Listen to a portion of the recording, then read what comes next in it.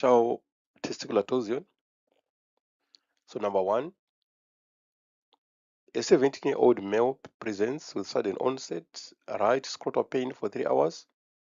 Color Doppler demonstrates preserved but reduced intratesticular arterial flow compared with the opposite testis. What is the most likely diagnosis? A. Epididymitis. B. Partial testicular torsion. C. Testicular tumor. D. A hydrocele. What is the correct answer there? Write your answers under the comment section. Question number 2. Which sonographic sign is considered the most specific indicator of testicular torsion? A. Reactive hydrocele. B. Heterogeneous echo texture. C. The Whipple sign. D. Enlarged epididymis. Which sonographic sign is considered the most specific indicator of testicular torsion? A. Reactive hydrocele. B. Heterogeneous echo texture. C. Whipple sign. D. Enlarged epididymis.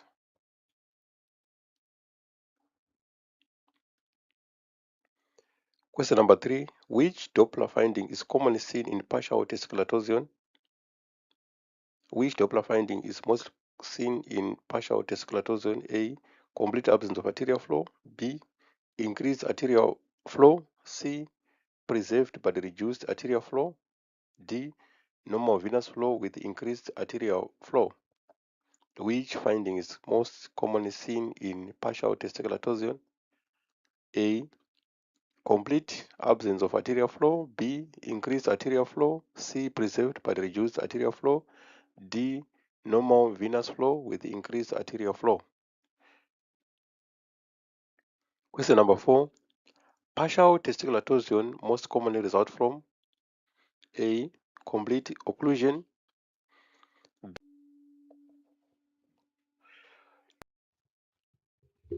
Hello colleagues and welcome back again.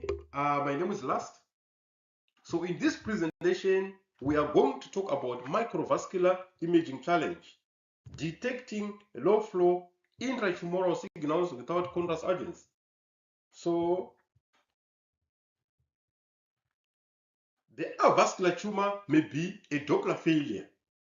So the essence of this presentation, ladies and gentlemen, by the end of this presentation, I need you to listen and take your time, please.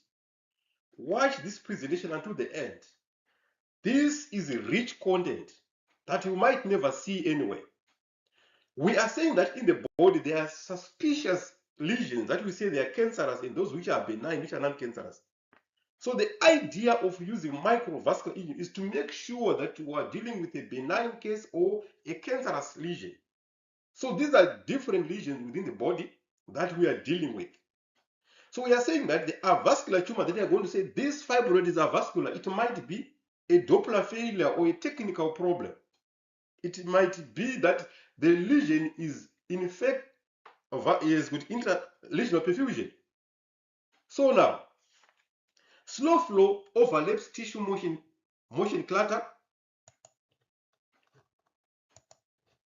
A high wall filter removes clutter and genuine low velocity flow. A large color box in unstable hands add flash noise. So this can make it difficult for you to pick color in a tumor, and you end up saying that there is no intratumoral perfusion. So what microvascular imaging changes? Multi-dimensional clutter suppression preserves low flow information. Higher spatial detail reveals branching, penetrating, and peripheral vessels. So the monochrome display can improve vessel conspicuity. So this is microvascular flow map. You can see that there is a lesion there in the liver and there is perfusion from inside. So what you must understand, ladies and gentlemen, the clinical pew here, they teach the concept, not a vendor battle. That's the motto there. We are teaching you the concept, not the vendor battle. When I limited the vendor battle, I'm going to say that my Samsung machine doesn't have this. My Canon machine doesn't do that. So we are not teaching you the vendor concept or what your machine can or cannot do. We are teaching you what fundamentally is right to get you the correct diagnosis. We are saying that the microvascular imaging has its merits when it comes to differentiating or confirming suspicious lesions versus the benign lesions. So the signal begins with tumor angiogenesis. So vessels, neovessels are small, irregular, and slow flowing. So we are saying that the cancerous muscles, which are called the neovessels, the very tiny blood flow which develops in a cancerous mass, they are very small in time and they are easy to miss. They are very easy to miss. Architecture may be chaotic, tortuous, penetrating, or peripheral. So we are saying that the flow inside a cancerous or neovascular lesion can be chaotic, it can be tortuous, or it can be penetrating, or it can be on the peripheral margins. So the morphology matters more than in color present. Yes or no? Are we saying that in a tumor, if we see a tumor, is that the morphology or the architecture or the anatomy of that lesion matter more than the central perfusion? So you must link tumor biology to the visible vascular map while pressing overlap between benign and malignant patterns.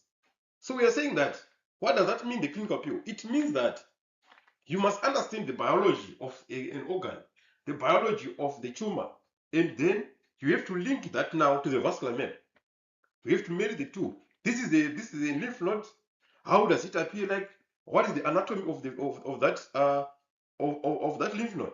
Then how anatomically is it now misbehaving, or what is the vascular pattern that is presenting? So those are the very critical clues that you can have to distinguish or differentiate benign from cancerous lesions. So you must start in B mode, then interrogate flow. You must define a lesion margins, the depth, the echogenicity, and the necrosis. If there is any portions which are dying, you must choose the highest practical transmit frequency. So the higher the frequency, the better, the merrier.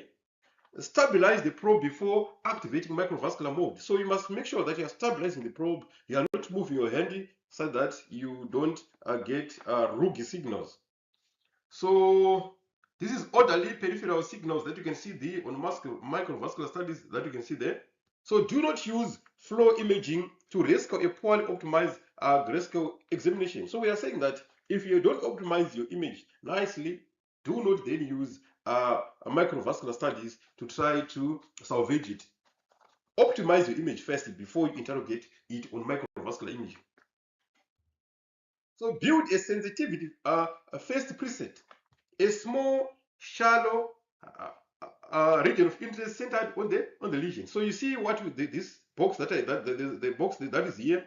I have just used a small portion so that we don't have a big region of interest, which can actually introduce more artifacts, and then you might miss the flow. So low velocity scale, the pulse repetition frequency, low filter. So this will to reduce them so that we don't get rogue signals. So increase gain to first noisy, then reduce slightly. So what we are saying is on your color, go to the maximum where everything is. You see the maximum color, there's chaos, there's blooming that's happening, then reduce gradually until you get the best signals. So use persistence cautiously, preserve temporal truth. So the button that say persistence, don't just use it anyhow. Otherwise, it can give you false results as well. So the probe must become almost motionless. Rest the scanning hand and reduce transducer pressure. Ask for a brief breath hold when appropriate on the patient. Wait several seconds for persistent branching signals. So you must wait until you see the branching signals there in the lesion. If there's none. Flow on motion verify. So the flow persists in an anatomical course. Flash artifacts appears abruptly, floods tissue, and changes with motion. So that's what you have to understand, that we don't need those flood artifacts. The flash artifacts that can come when there's motion. So true vessel or flash artifact. True cautious cause reproducible, remains within the tissue. So we are saying that if there is a flow inside the vessel, it is reproducible. You can reproduce it even from different directions. But if it's an artifact, if you change the direction now, it disappears. Artifact, broad, color-based, edge noise, synchronous with movement, confirming two planes and with sine views. So that's how you have to confirm that we are dealing truly with a vessel. Use this as a live pose and decide. Ask the audience which would. Okay, so sorry, this is not necessary. What is necessary is for you to appreciate what is it a true vessel or is it an artifact? So you must read the architecture, not color quantity. Distinct, absent, peripheral, central, or mixed flow. So what we are saying, if this flow is just on the edges like that, that's peripheral flow. Then if the flow is absent, there's nothing.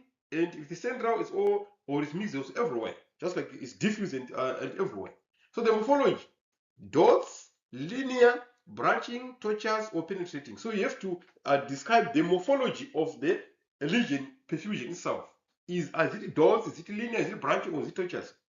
So relationships: the feeding vessel, the rim vessel, the internal network. So you have to marry the anatomical relationships. So a four-pattern mental model. A four-pattern mental model: space, orderly peripheral flow, often lower suspicion. So we are saying that when there's a peripheral flow in the region, if there's flow on the periphery, so it's less suspicious. Most likely it's benign. But if there's a single penetrating vessel that is just going inside the warrants attention in context. So now we are saying that there is a little bit of attention that you need to think about it if there's a single penetrating vessel. So when there's chaotic branching internal network, so suspicious network now. So you have to suspect that there could be something that is suspicious of cancer. So no signal, technically limited, never automatically a benign. So we are saying that if there's no flow, don't just rush to say that this is a benign lesion. It can be technical glitch, a technical challenge. So you need now to move on to microvascular imaging or other imaging modalities. So breast masses, look for penetration and branching. So compare conventional color Doppler with the microvascular mode when you're dealing with the breast lesions. Document the central, peripheral, or penetrating vessels. Integrate with Billard's morphology. Never upgrade on flow alone. So you must never upgrade on flow alone. That's what we are talking about. So you should upgrade. You should not upgrade. Say that what was found on mammography and what was found on biopsy, now because there's increased perfusion on microvascular studies, so this one is now no longer Billard's class 3, it's now class 4, class 5. No, you don't do that. So the thyroid nodules architecture adds context.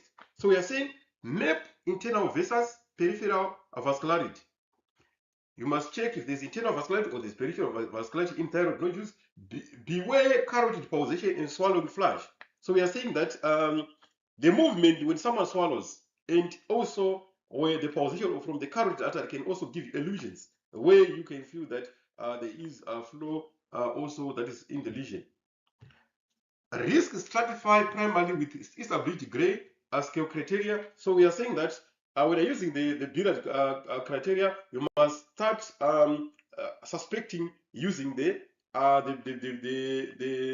grayscale findings using your TIRAS calculator. Say that because we found a TIRAS class 5 lesion, so you correlate it going forward. Liver and kidney depth changes the game. Within the liver and the kidney, the depth now will change the game. So lower frequency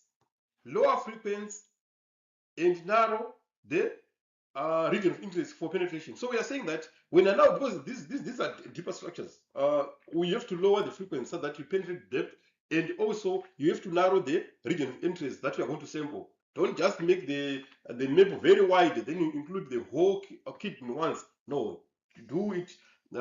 Sample the area that you are very interested or where there's a lesion. Respiratory motion is the dominant artifact source. So we are saying that when the patient is breathing now, that can introduce artifacts. So what you're supposed to do is you must try to suppress breathing here and there so that you capture better images. Escalate indeterminate lesions to contrast CT MRI when indicated. So we are saying that if there are lesions which are indeterminate, you can't really say which is which using your microvascular and your conventional color Doppler, then you must escalate everything to contrast ultrasound, then CT or MRI. So you refer the patient for that. So lymph nodes, the hilar periphery relationship matters. So now, benign pattern, orderly hilar flow. So we are saying that when there are lymph nodes now, when there is an orderly flow on the hilum, then you must know that it's a benign, it's non-cancerous. But suspicious now, when you're talking, because when the lymph node becomes a cancer, it's now called a lymphoma. So suspicious pattern, peripheral or mixed, disorganized flow. So when there's disorganized and disorganized flow and peripheral flow, then is a suspicious lymph node. You can call that, it could be a lymphoma. Target the most abnormal node for sampling. So when assembling the node, look at that node, that's rounded, that is lost the echogenic hilum, the one that is suspicious. That's where you have to sample using microvascular studies. So the pitfalls that manufacture or erase flow: too much gain, color haze, and false vessel density; too much pressure, compressed low flow vessels; high PRF, computer erases the target signal; necrosis and deep location are true technical limitations. So these are some of the things that now limit or erase the flow and give falsify the results. So you must make sure that you are avoiding them. But the problem with necrosis and deep location, that one can be a challenge, because when there's patient that is dying now, that one is challenging because there's nothing that you can do, and the location, as much as you can adjust the frequency, there's nothing much that you can do beyond that. So report language that remains defensible. You must not just report on a lesion anyhow. You must use defensible language, because here you are dealing with sensitive subject. Because when characterizing them, you are dealing with the cancerous or benign cancer, so you must use wording that is defensible. Fine branching interlesional signals are demonstrated. Predominantly peripheral flow vascularity is present. No reproducible signal detected under optimized settings. Avoid a vascular tumor unless the limitation is explicit. So do not always call everything avascular before you interrogate or use all the disposal tools, the tools at your disposal. You have optimized the image flow, you have used the microvascular studies. Then for you to just do a color Doppler, then you say that this is an avascular lesion, that can be dangerous. So the case challenge: what is the strongest clue in this case, or in any case? What is the strongest clue that can say this mass is suspicious or this is not? So one, is it the signal quantity? Two, is it the penetrating branching architecture? C, is it a single flash flame, or is able spectral Doppler? Which one gives us the best clue to say that this mass can be suspicious? So this is the answer. Persistent branching architecture. So the clue is continuity through multiple frames and planes. A single flash flame is not a vessel. Signal quantity alone is vulnerable to gain and region of interest settings. So we are saying that when you see persistent branching networks from different ends and angle using an optimized image, that is a clue that the lesion that you're dealing with could be cancerous or suspicious. So the second scanner checklist. This is a checklist that you have to use when you're doing the Doppler studies for any suspicious lesion or any lesion. So B mode optimized and lesion centered. So the lesion is optimized and centered. Small region of interest, low scale, low filter, near noise gain. So light pressure, steady hand, breath control, and confirm in two planes save sign, and then describe the architecture after. So those are the things that can actually make you get a better result for your assessment. So the take home sensitivity with the display. The take home sensitivity with the display. Microvascular imaging can expose low flow tumor vessels without injection, without using the contrast. So the technical optimization is inseparable from interpretation. Architecture is an adjunct, not a pathology label. Escalate when current requires perfusion kinetics.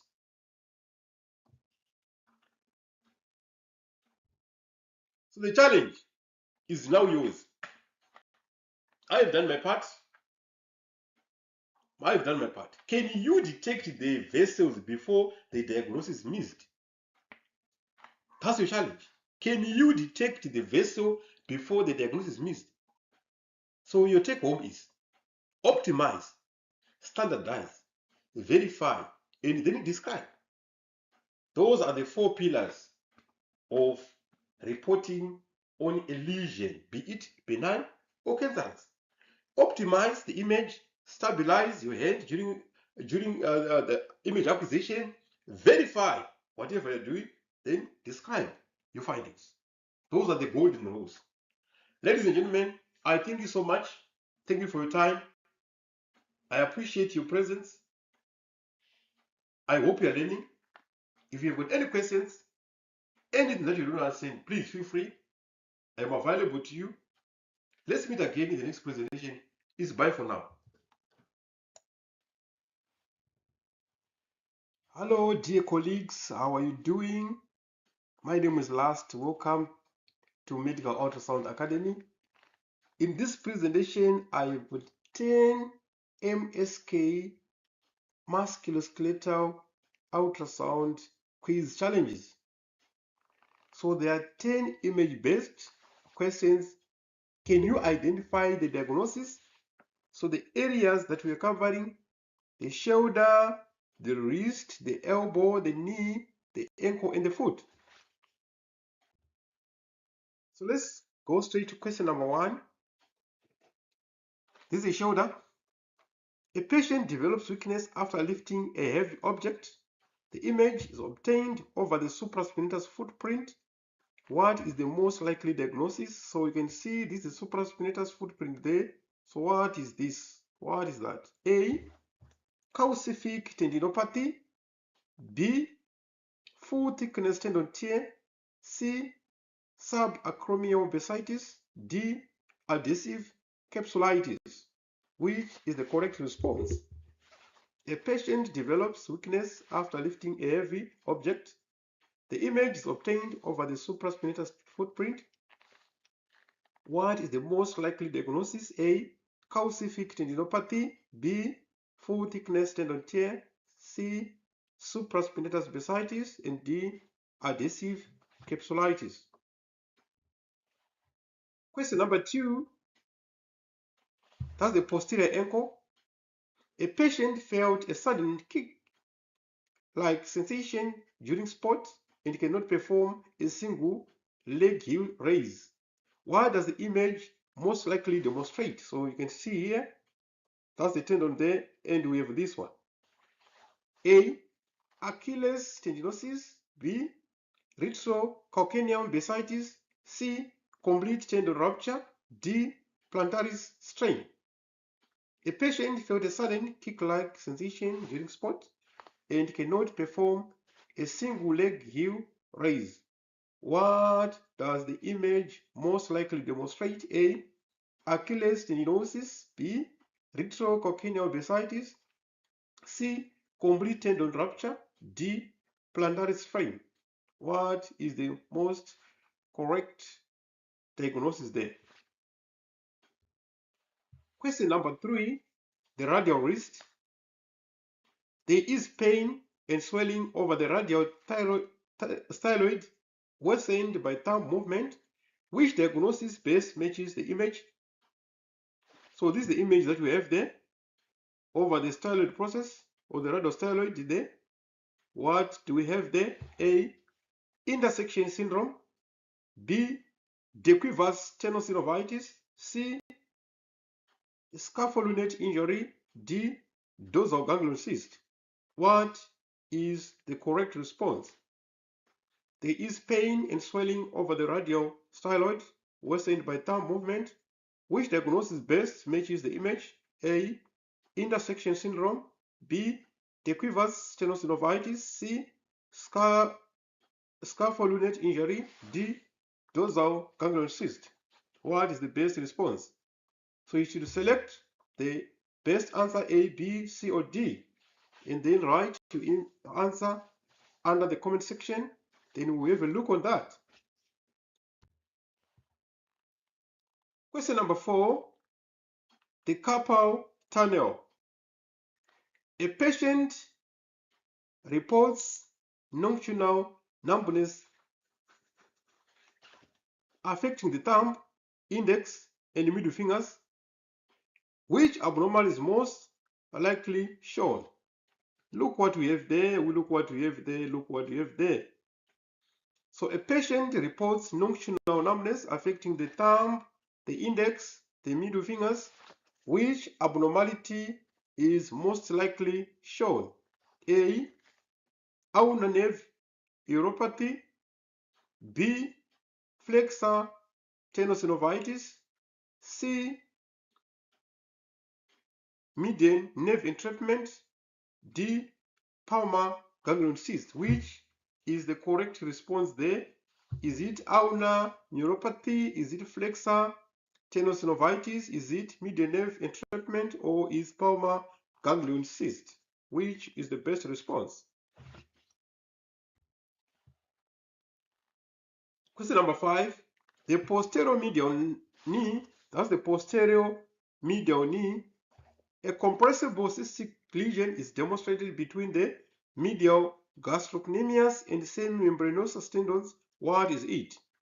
A compressible cystic lesion is demonstrated between the medial gastrocnemius and the semimembranosus tendons. What is it? A. Parameniscal cyst. B. Popliteal artery aneurysm. C. Becker cyst. D.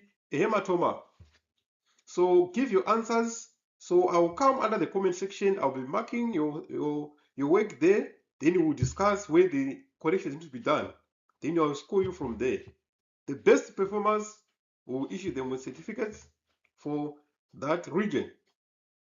So which one is the correct response? So you see here. So that's the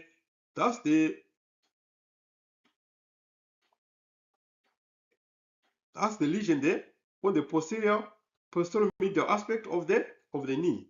So a compressible cystic lesion is demonstrated between the medial gastrocnemius and the semimembranosus tendons. What is it? So you are doing a scan, then you see this. What you call it? Is it a parameniscal cyst? Is it a popliteal artery aneurysm? Is it a Becker cyst, or is just a hematoma? Question number 6, the lateral elbow. The lateral elbow. What do we have there on the lateral elbow? Look here what is going on. The patient is pain at the common extensor origin after repetitive gripping. Which diagnosis best explain the sonographic appearance? So this is the sonographic appearance that we are seeing there. The patient is pain at the common extensor origin after repetitive gripping. Which diagnosis best explains the sonographic appearance? A. Distal biceps tear. B. Lateral epicondylosis. C. Radial tunnel syndrome. D. olecranon bursitis. The patient is pain at the common extensor origin after repetitive gripping. Which diagnosis best explain the sonographic appearance?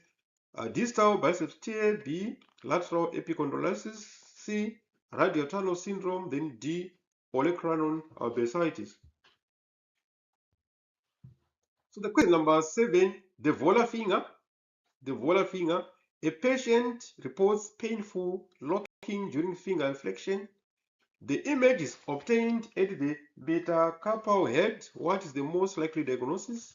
So see what is happening here. Look at this tendon. Look at this area of interest there. A patient reports painful locking during finger flexion. The image is obtained at the metacarpal head. What is the most likely diagnosis? A. Flexor tendon rupture. B. Trigger finger. C. Dupuytren disease. D. Digital nerve tumor. What is the most correct response?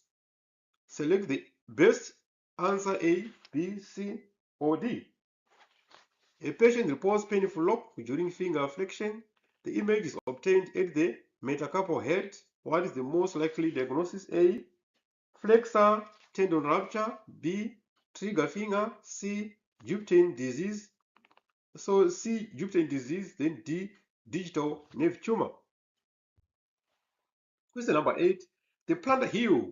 That's the plantar heel. Look at what's going on in the plantar heel there. Look at that. A runner presents with severe first step morning heel pain.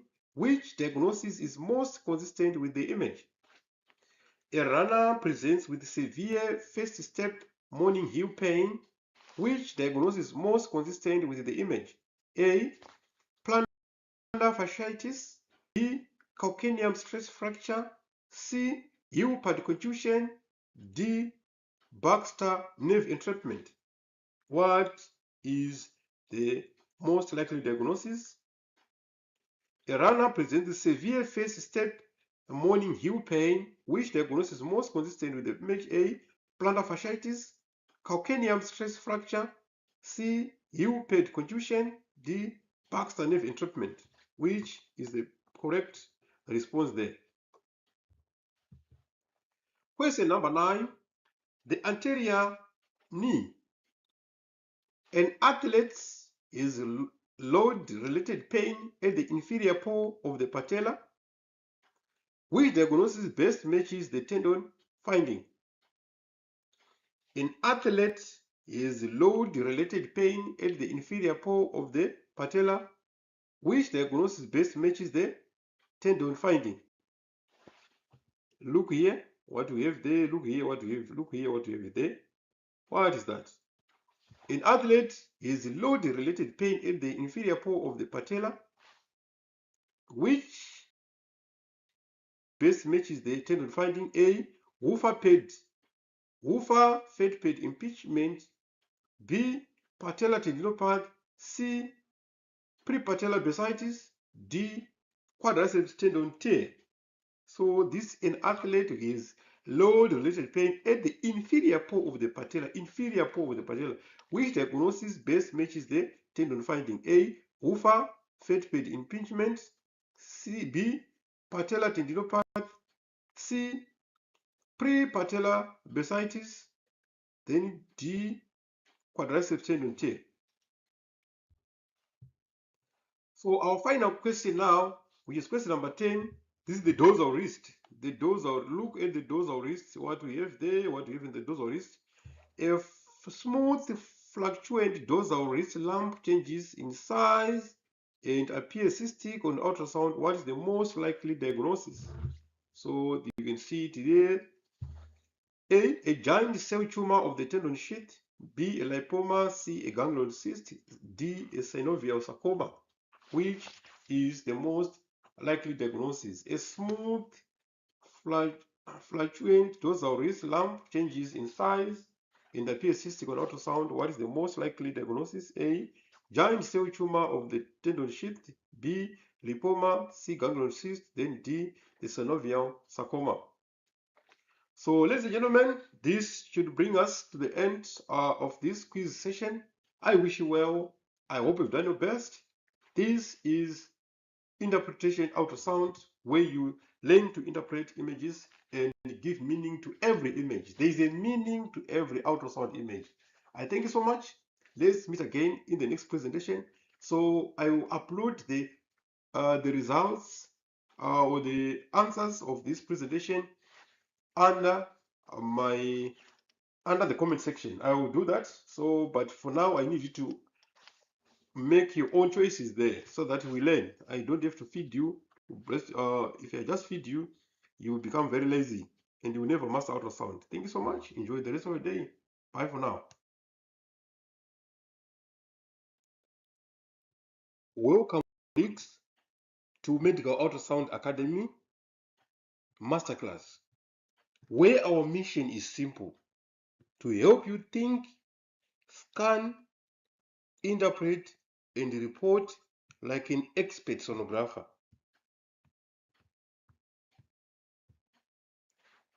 Professional sonographers never begin by scanning. They begin by thinking. Ask yourself, why is this examination being requested? Is the patient adequately prepared? Have previous examinations been performed? Are other lab tests done? Is there a specific clinical question to answer in this case? That's what expert sonographers and radiologists ask themselves before they do the scan. Ladies and gentlemen, in this presentation, let's talk about dynamic evaluation, the snapping scapular syndrome using real-time functional maneuvers. So our goal to achieve our objectives is anatomy, dynamic protocol, sign interpretation, and then the reporting. The diagnosis can disappear at rest.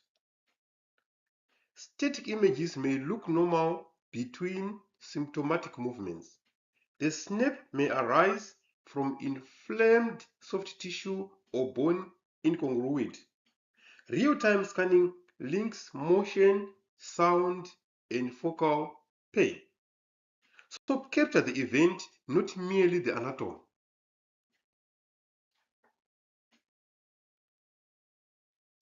The clinical triggers for the dynamic protocol: painful, audible, or palpable crepitals near the medial scapula here.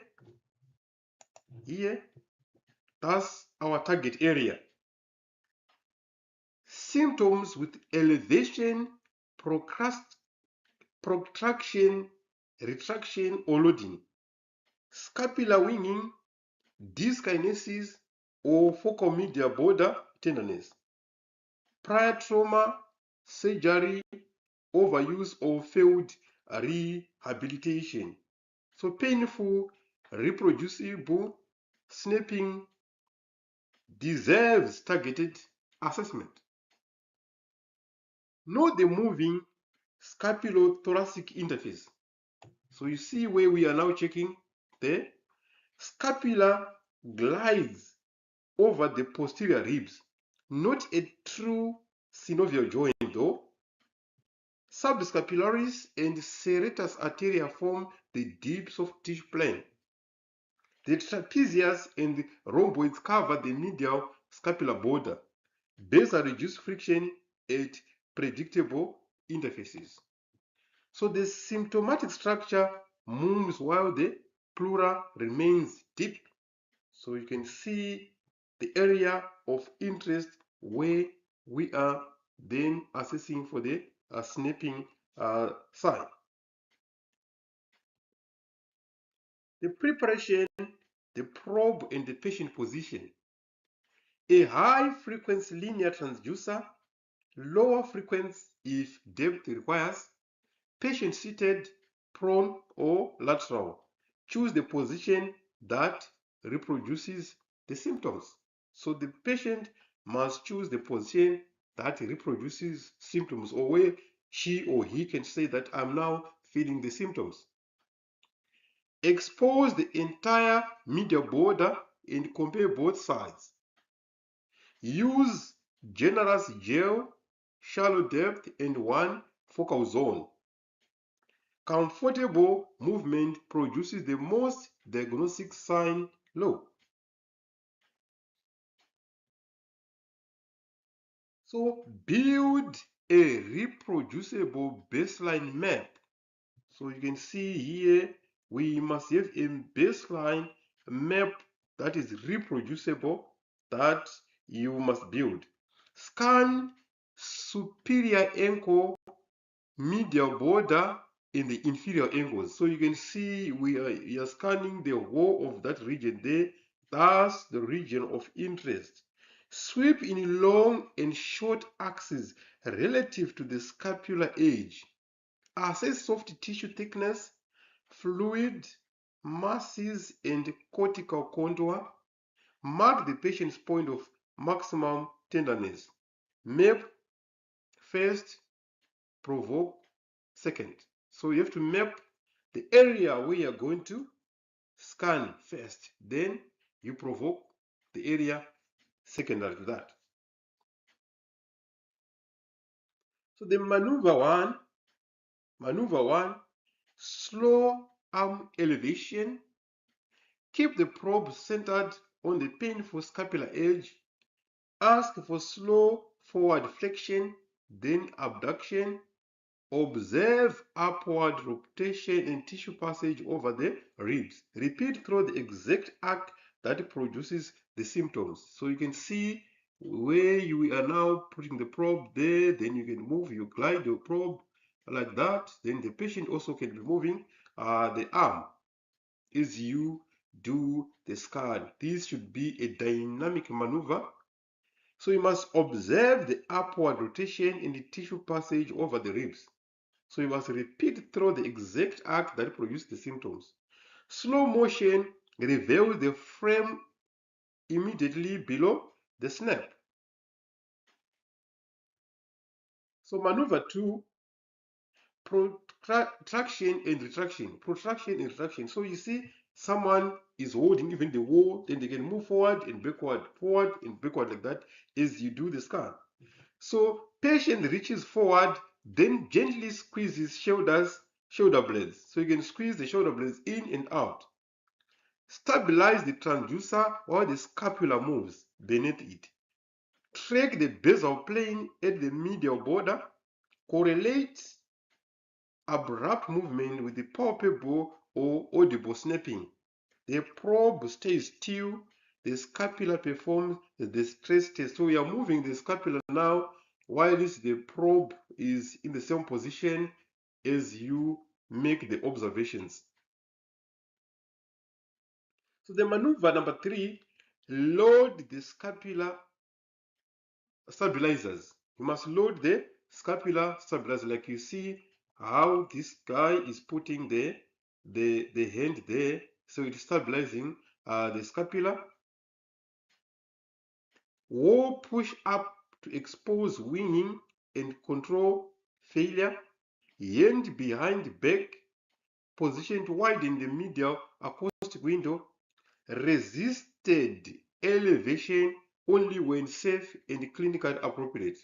Stop if pain becomes severe or neurological symptoms appear. So we are saying that during the maneuvers that you're doing, when you feel that the pain is increasing, then that's where you have to stop it.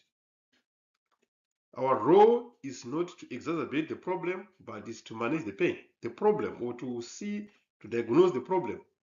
Choose the maneuver that reproduces the familiar snap safely. So at times the patient knows that certain type of maneuvers that they do to produce the snapping sound.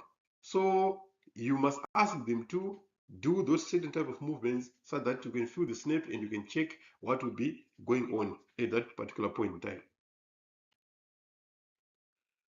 What a positive dynamic stud may show.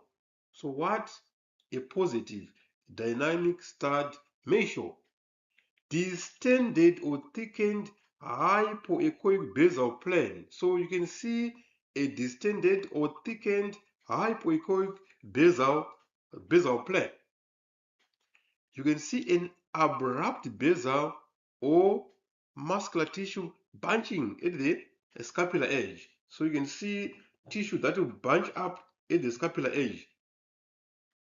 Focal fluid displaced during motion. So you can see the focal fluid that can be displaced during the motions. You can see that fluid.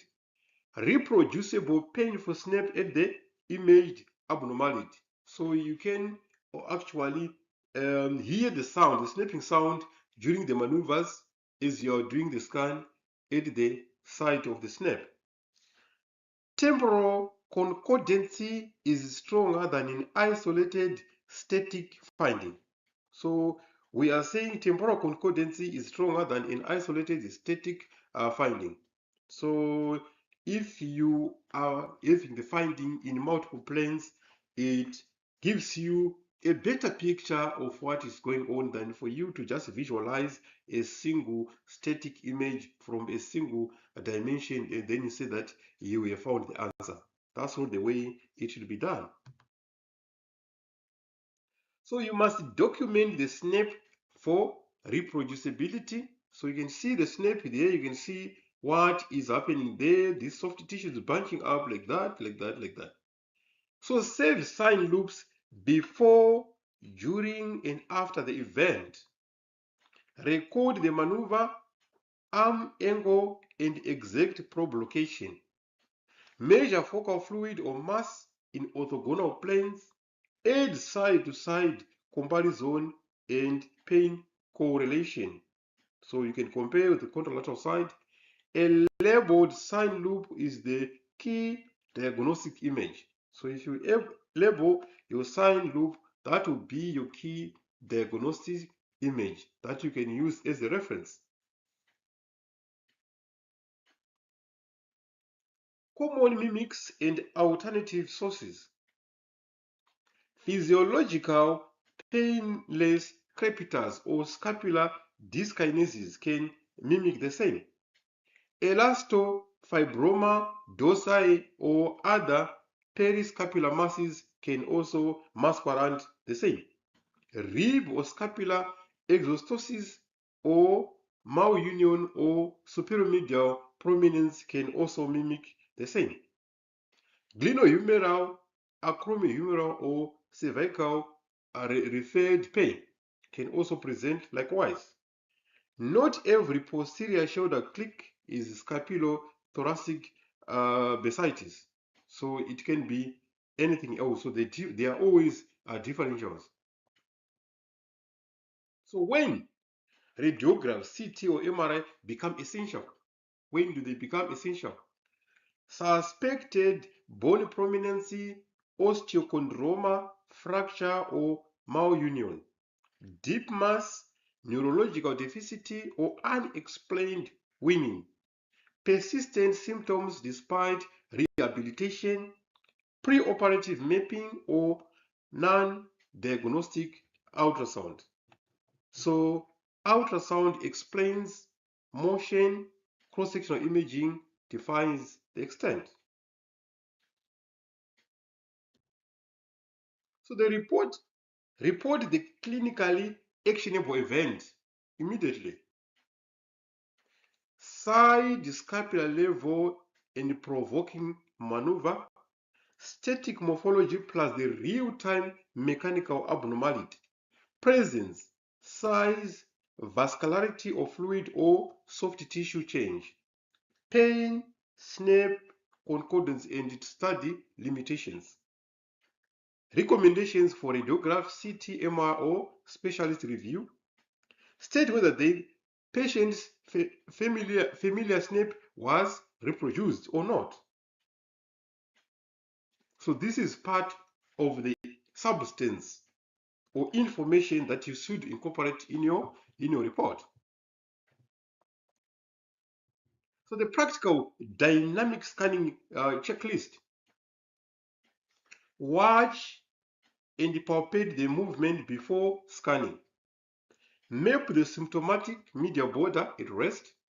Perform elevation, protraction, retraction, and targeted loading. Capture a labeled sign loop of the exact snap. Compare size and escalate unexplained or structural disease.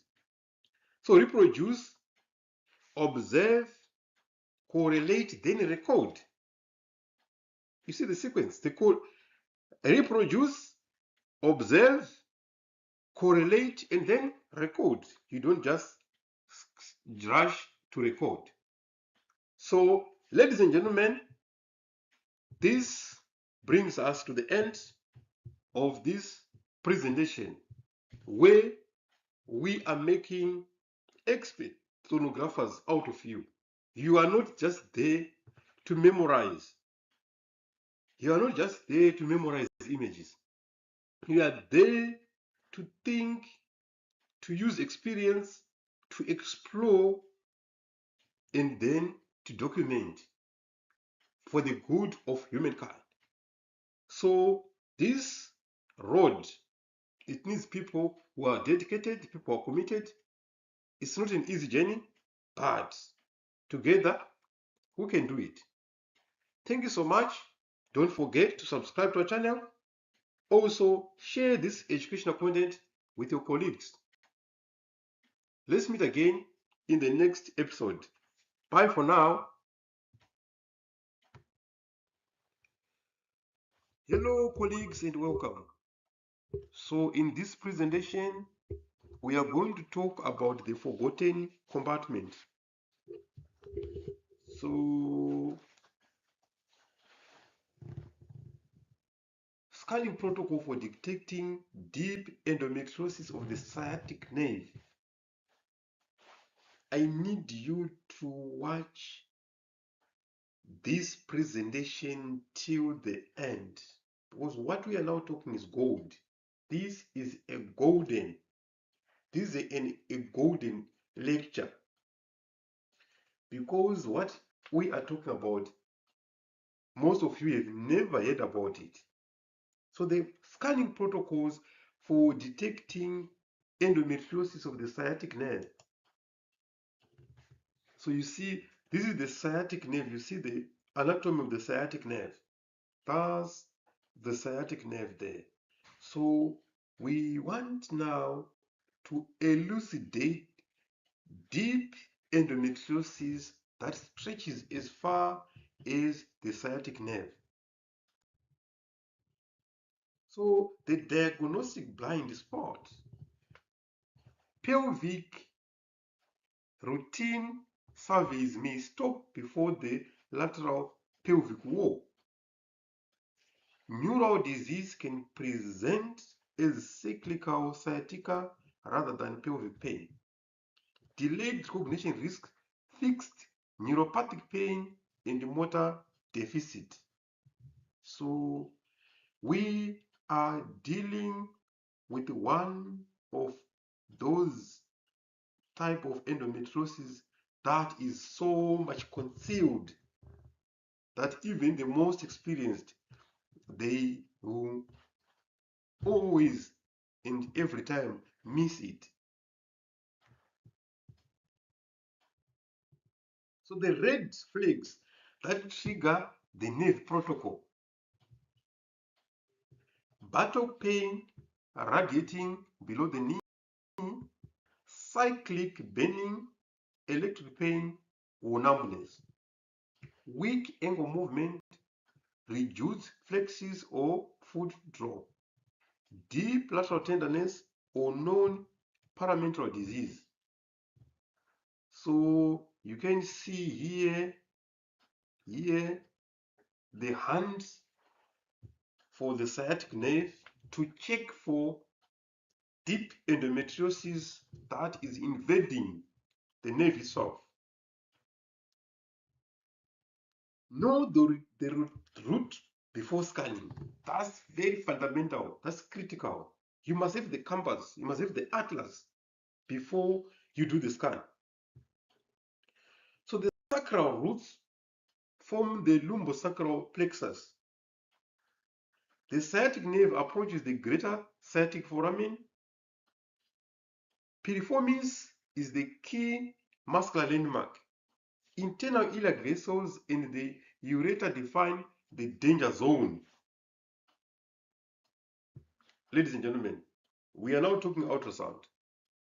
We are now talking about saving the patient, especially those patients with chronic pain. They do all tests, nothing is seen. So this could be the hidden answer. This could explain it. Preparation and equipment.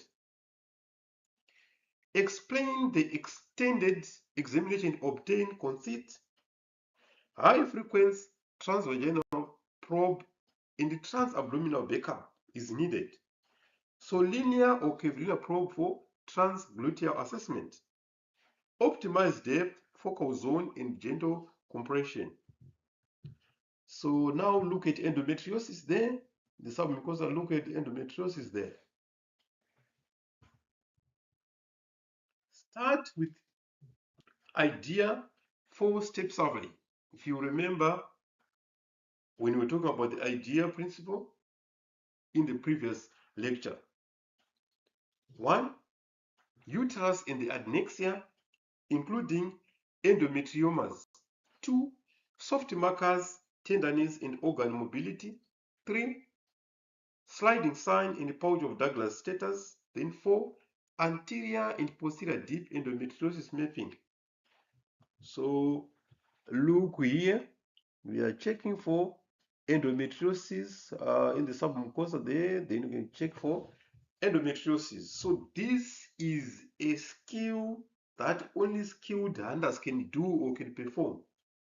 Not everyone can master the art of hunting for endometriosis to those depths, going to those jungles, those bushes.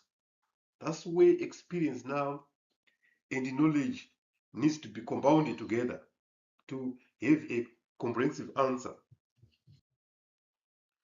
So extend laterally from the cervix, find the cervix, find the uterosacral ligament, then the parametrium, track the ureter towards the pelvic side walls, identify the internal iliac vascular branches with Doppler, then search posteriorly towards the sacral plexus.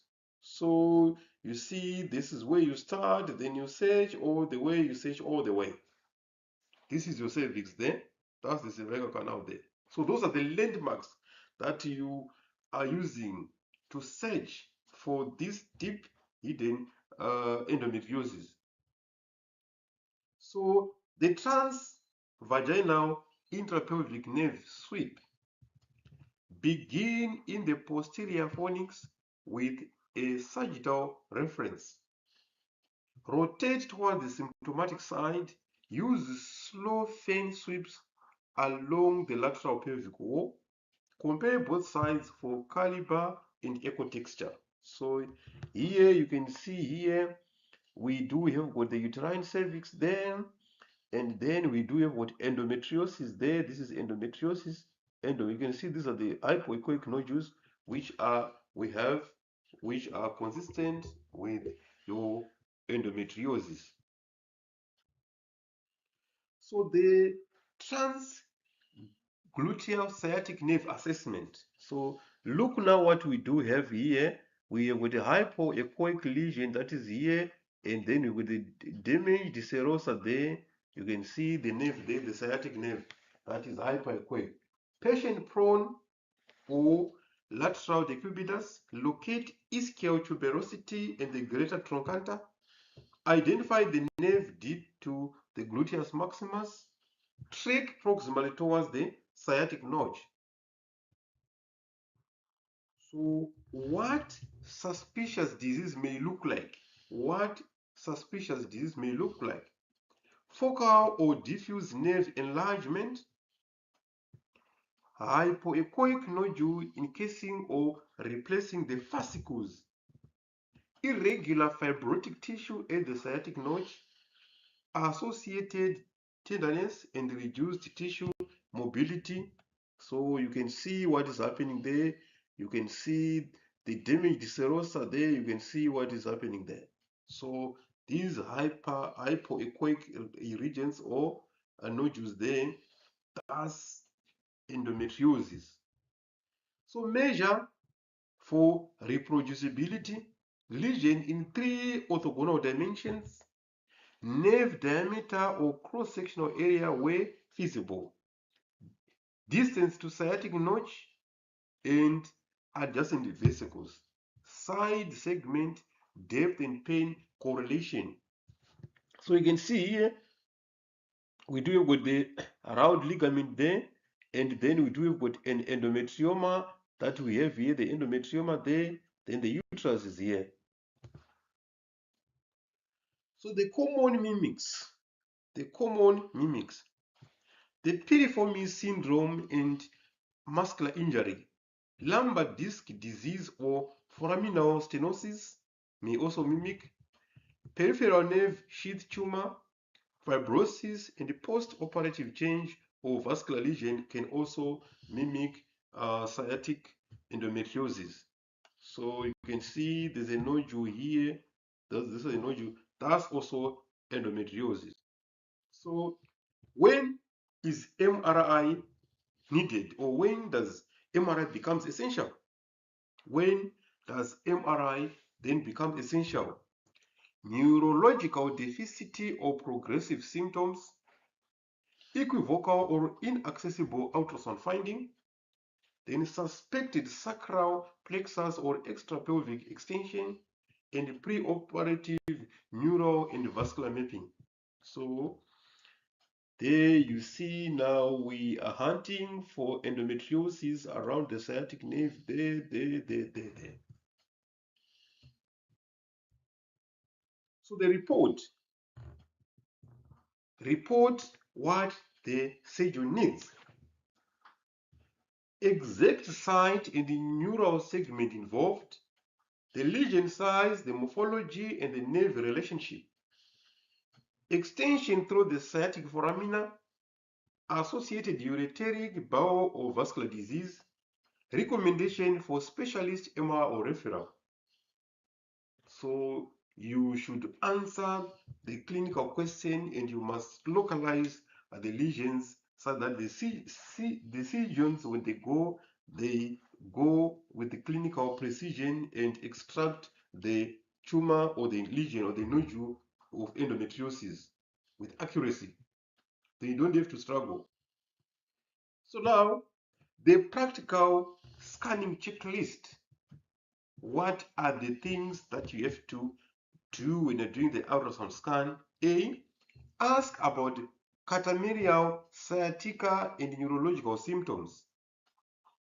Complete the standard ideal examination. Extend the lateral compartment when triggered. Compare nerves bilaterally and document the sign loops. Escalate weakness, numbness, or foot drop urgently. So, ladies and gentlemen, this brings us to the end of this very rich presentation.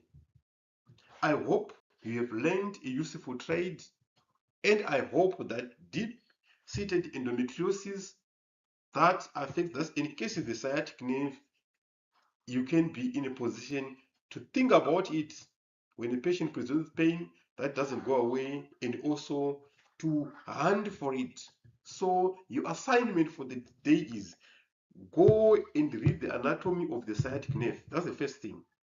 When you read the anatomy of the sciatic nerve, check the sonographic appearance of the sciatic nerve. The second practical aspect is I need you guys to check for the sciatic nerve. I will very much appreciate those who share on our WhatsApp group the images of the sciatic nerve that they have acquired. That much I will appreciate. So that is how learning happens. Go and read the anatomy of the sciatic nerve, and after that, try to see how the sciatic nerve appears on ultrasound, and then try to do the imaging of it. Thank you so much. Don't forget to share our educational content and subscribe to our content as well. Enjoy the rest of your day. Bye for now.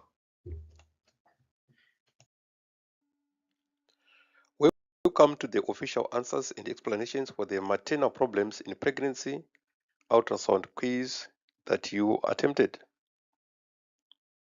So question number 1, a 30-year-old G3P2 woman presents at 32 weeks with the painless bright red vaginal bleeding. Ultrasound demonstrated the placenta completely covering the internal os. What is the diagnosis? So A, placenta abruption. B, vasa previa. C, complete placenta previa. D, cervical incompetence. A 30-year-old G3P2 woman presents at 32 weeks with painless bright red vaginal bleeding. Ultrasound demonstrates the placenta completely covering the internal cervical os. What is the diagnosis? Placenta abruption, vasa previa, complete placenta previa, or cervical incompetence. So our correct answer is C, complete placenta previa.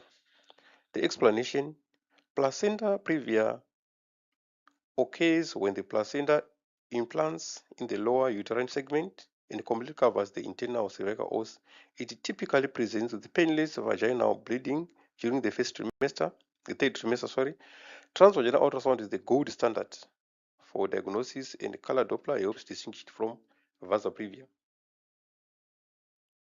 Question number 2. A 34-year-old woman at 35 weeks complains of severe abdominal pain and vaginal bleeding following hypertension. Ultrasound reveals a retroplacental heterogeneous collection. What is the diagnosis? A 34-year-old woman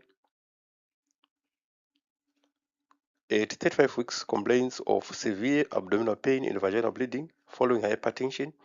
Ultrasound reveals a retroplacental heterogeneous collection. What is the diagnosis? A. Placenta previa. B. Placenta abruption. C. Vasa previa. D. Uterine rupture. So the correct answer is B, which is placenta abruption. The explanation: placenta abruption is the premature separation of a normally implanted placenta. It presents with painful vaginal bleeding, uterine tenderness, and abdominal pain. Ultrasound may demonstrate a retroplacental hematoma, although a normal ultrasound does not exclude the diagnosis. Question number 3. A woman at 30 weeks has BP 170 over 110, proteinuria, severe headache. Ultrasound demonstrate fetal growth restriction, oligohydramnios, umbilical artery absent in diastolic flow. What maternal condition is most likely? A woman at 30 weeks has BP 170 over 110, proteinuria, severe headache. Ultrasound demonstrate fetal growth restriction, oligohydramnios, umbilical artery absent and diastolic flow. What maternal condition is most likely? A. Gestational diabetes. B.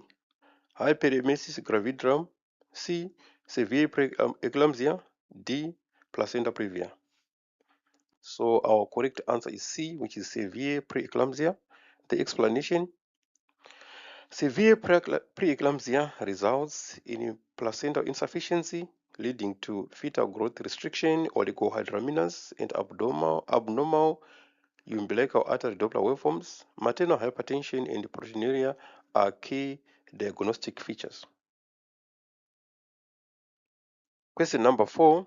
A 29-year-old woman at 36 weeks gestation presents with severe right upper quadrant pain, nausea and vomiting, blood pressure of 165 over 110 millimeters of mercury. Laboratory investigations reveal elevated liver enzymes, platelet count of 68,000 microliter, evidence of hemolysis. What is the most likely diagnosis? A. Acute fatty liver of pregnancy. B. HELP syndrome. C. Intrahepatic cholestasis of pregnancy. D. Viral hepatitis. A 29-year-old woman at 36 weeks gestation presents with severe right upper quadrant pain, nausea and vomiting, blood pressure of 165 over 110 mm of mercury. Laboratory investigations reveal elevated liver enzymes, platelet count of 68,000 per microliter, evidence of hemolysis. What is the most likely diagnosis? A. Acute fatty liver of pregnancy. B. HELP syndrome. C. Intrahepatic cholestasis of pregnancy. D. Viral hepatitis. So our correct answer is B, which is HELP syndrome. The explanation: HELP syndrome is a severe variant of preeclampsia characterized by hemolysis, elevated liver enzymes, and low platelets. Patients commonly present with right upper quadrant or epigastric pain, nausea, vomiting, hypertension, and laboratory evidence of hemolysis and thrombocytopenia. Ultrasound may demonstrate hepatic hematoma or capsular hemorrhage in severe cases. Prompt delivery is often a definitive treatment. Question number 5. A 32-year-old woman undergoes a routine ultrasound examination at 34 weeks gestation. The examination will demonstrate estimated fetal weight of 4.5 kgs, polyhydramnios, enlarged fetal abdominal circumference, thickened placenta. Which maternal condition most likely explains these findings? A 32-year-old woman undergoes a routine ultrasound examination. At 34 weeks gestation, the examination demonstrates estimated fetal weight of 4.3 kgs, polyhydramnios, enlarged fetal abdominal circumference, thickened placenta. Which maternal condition most likely explain these findings? A. Chronic hypertension. B. Gestational diabetes mellitus. C. Placental previa. D. Hyperemesis gravidarum.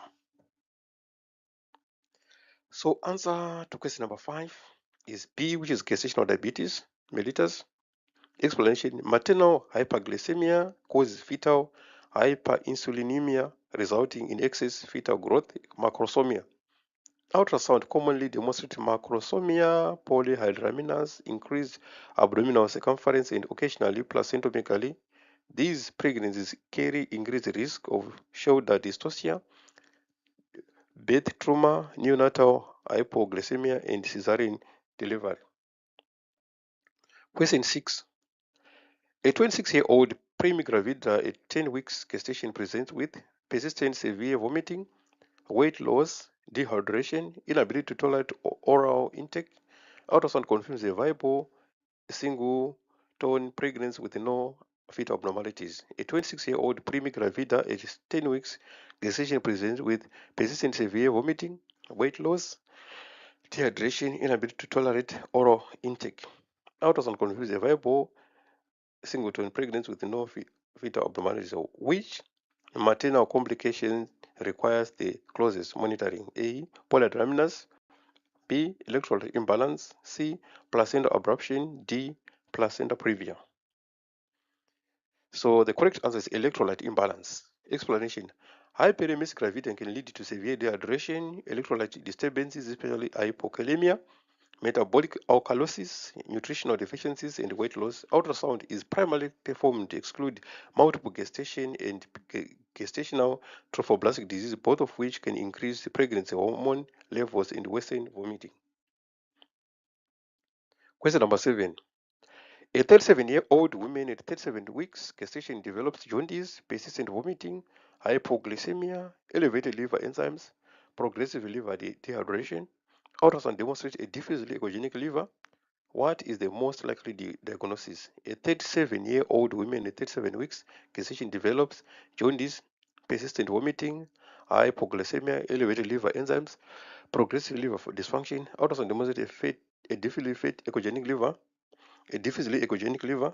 What is the most likely diagnosis? A. HELP syndrome. B. Acute fatty liver of pregnancy. C. Acute viral hepatitis. D. Gallstone disease. So the correct answer is acute fatty liver of pregnancy. Explanation: acute fatty liver of pregnancy is a rare but life-threatening condition occurring during late pregnancy. It results from microvesicular fatty infiltration of the liver, leading to liver failure, hypoglycemia, coagulopathy, encephalopathy, and renal impairment. Ultrasound may reveal a bright fatty liver, although imaging findings may be subtle. Immediate delivery is the definitive treatment. Question number 8. A 35-year-old woman with a previous lower segment cesarean section is in active labor. She suddenly develops severe abdominal pain, vaginal bleeding, loss of fetal activity, maternal hypotension. Ultrasound demonstrates free intraperitoneal fluid and disruption of the uterine wall. What is the most likely diagnosis? A. Placenta abruption. B. Uterine rupture. C. Placenta previa. D. chorioamnionitis. So the correct answer is B, which is uterine rupture. Explanation: uterine rupture is an obstetric emergency that most commonly occurs in women with previous uterine scar undergoing labor. Sonography findings may include a defect in the uterine wall, hemoperitoneum, and in severe cases, exclusion of fetal parts into the abdominal cavity. Immediate surgical intervention is required to prevent maternal and fetal mortality. Question number 9. A 28-year-old woman at 33 weeks gestation present with fever of 39 degrees Celsius, uterine tenderness, maternal tachycardia, fetal tachycardia. Ultrasound demonstrated mildly echogenic amniotic fluid with suspended debris. What is the most likely diagnosis?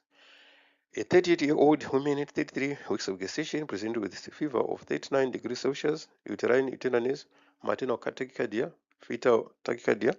Ultrasound demonstrated mildly echogenic amniotic fluid with suspended debris.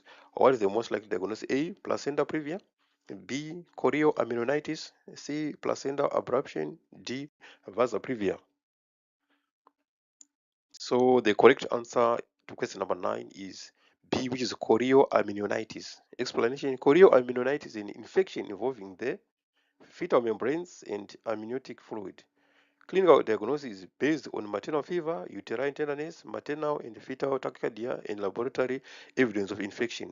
Ultrasound findings are often non-specific but may include echogenic amniotic fluid, thickened membranes, or oligohydramnios. Prompt antibiotic therapy and delivery are usually indicated. Question number 10 is our last question.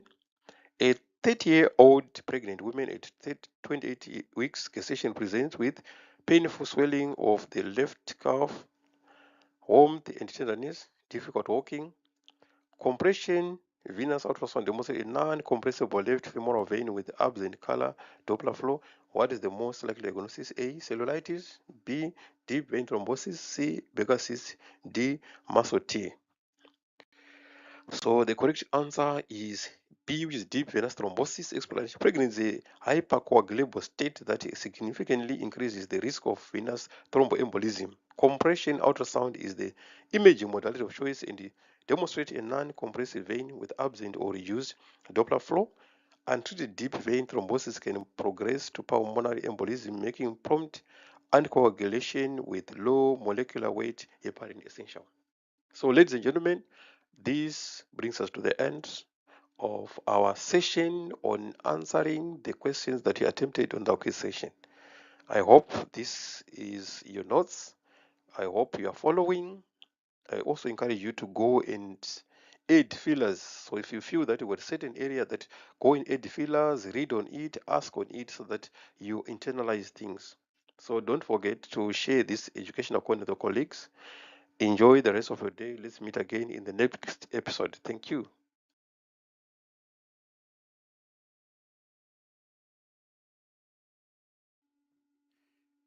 Here are 10 quiz questions for partial testicular torsion. So number 1, a 17-year-old male presents with sudden onset right scrotal pain for 3 hours. Color Doppler demonstrates preserved but reduced intratesticular arterial flow compared with the opposite testis. What is the most likely diagnosis? A. Epididymitis. B. Partial testicular torsion. C. Testicular tumor. D. A hydrocele. What is the correct answer there? Write your answers under the comment section. Question number 2. Which sonographic sign is considered the most specific indicator of testicular torsion? A. Reactive hydrocele. B. Heterogeneous echo texture. C. The Whipple sign. D. Enlarged epididymis. Which sonographic sign is considered the most specific indicator of testicular torsion? A. Reactive hydrocele. B. Heterogeneous echo texture. C. Whipple sign. D. Enlarged epididymis.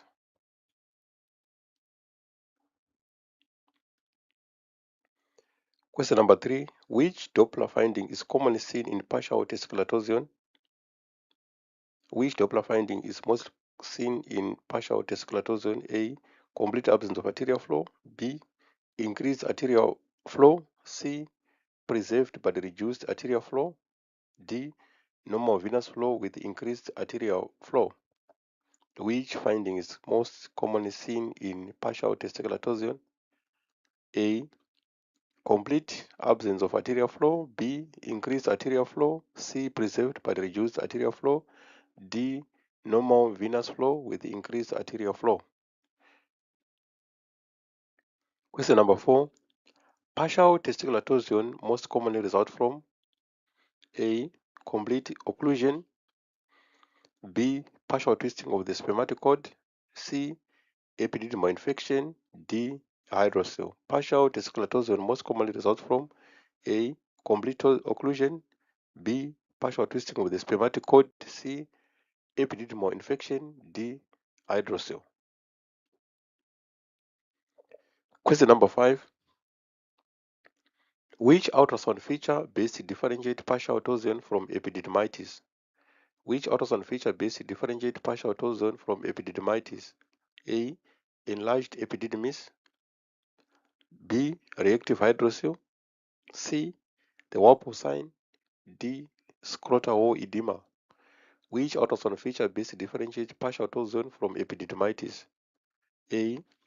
Enlarged epididymis, B. Reactive hydrocele, C. Warpole sign, D. Scrotal wall edema. Question number 6. A patient with partial torsion may still have detectable arterial follow because dual artery supply, B. Venous obstruction occurs first, C. Color Doppler is inaccurate, D. Code not involved. A patient with partial torsion may still have a detectable arterial flow because A. Dual arterial supply, B. Venous obstruction occurs first, C. Doppler is inaccurate, D. Code not involved. Question number 7. Which spectral Doppler finding raises suspicion for partial torsion? Which spectral Doppler finding raises suspicion for partial torsion? A. Low RI, B. Increased diastolic flow, C. High resistance waveform, D. Continuous venous waveform. Which spectral Doppler finding raises suspicion for partial torsion? A.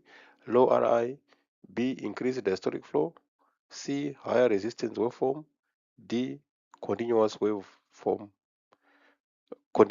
venous waveform. Question 8. Which associated finding is commonly seen with partial torsion? A. Large inguinal hernia, B. Reactive hydrocele, C. Microlithiasis, D. Scrotal abscess. Which associated finding is commonly seen with partial torsion? A. Large inguinal hernia, B. Reactive hydrocele, C. Microlithiasis, D. Scrotal abscess.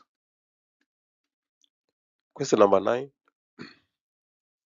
Why convey both testicles during Doppler examination? A. Identify bilateral torsion, B. Convey perfusion, C. Assess fertility, D. Not necessary. Why convey both testicles during Doppler examination? A. Identify bilateral torsion, B. Convey perfusion, C. Assess fertility, D. Not necessary. Question number 10. Which structure is true? No Warpole sign is highly suggestive even with the preserved flow. Surgery necessary if flow present. D. Cannot progress to complete torsion. So, ladies and gentlemen, these are our 10 quiz sessions. Please attempt them. Write the answers in the comment section. If you have any questions or anything that you don't understand, please feel free to ask. Thank you so much. Let's meet in the next episode. Bye for now. Hello, colleagues. How are you? And welcome once again to Medical Ultrasound Academy. So today I'm going to report on a case that I did on severe left hydronephrosis marked cortical thinning in a 25-year-old female. So the abstract of this presentation, severe hydronephrosis is characterized by marked dilation of the renal collecting system and is often associated with progressive destruction of renal parenchyma when obstruction is prolonged. Cortical thinning is an important sonographic indicator of chronic obstruction and declining renal function. This case highlights the ultrasound appearance of severe left hydronephrosis with significant cortical thinning in a young female and emphasizes the importance of early diagnosis and prompt urological intervention. So the keywords are hydronephrosis, cortical thinning, kidney ultrasound, urinary obstruction and chronic hydronephrosis, also renal ultrasound.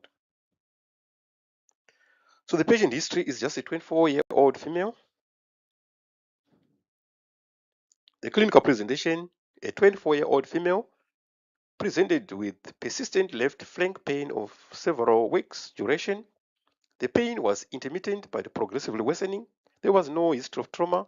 The patient was referred for renal ultrasound to evaluate possible urinary tract or pathology. So here are the findings. So these are the findings, what you can see here. So you can see that there is severe hydronephrosis, replacement of the parenchyma with that anechoic fluid, as you can see there.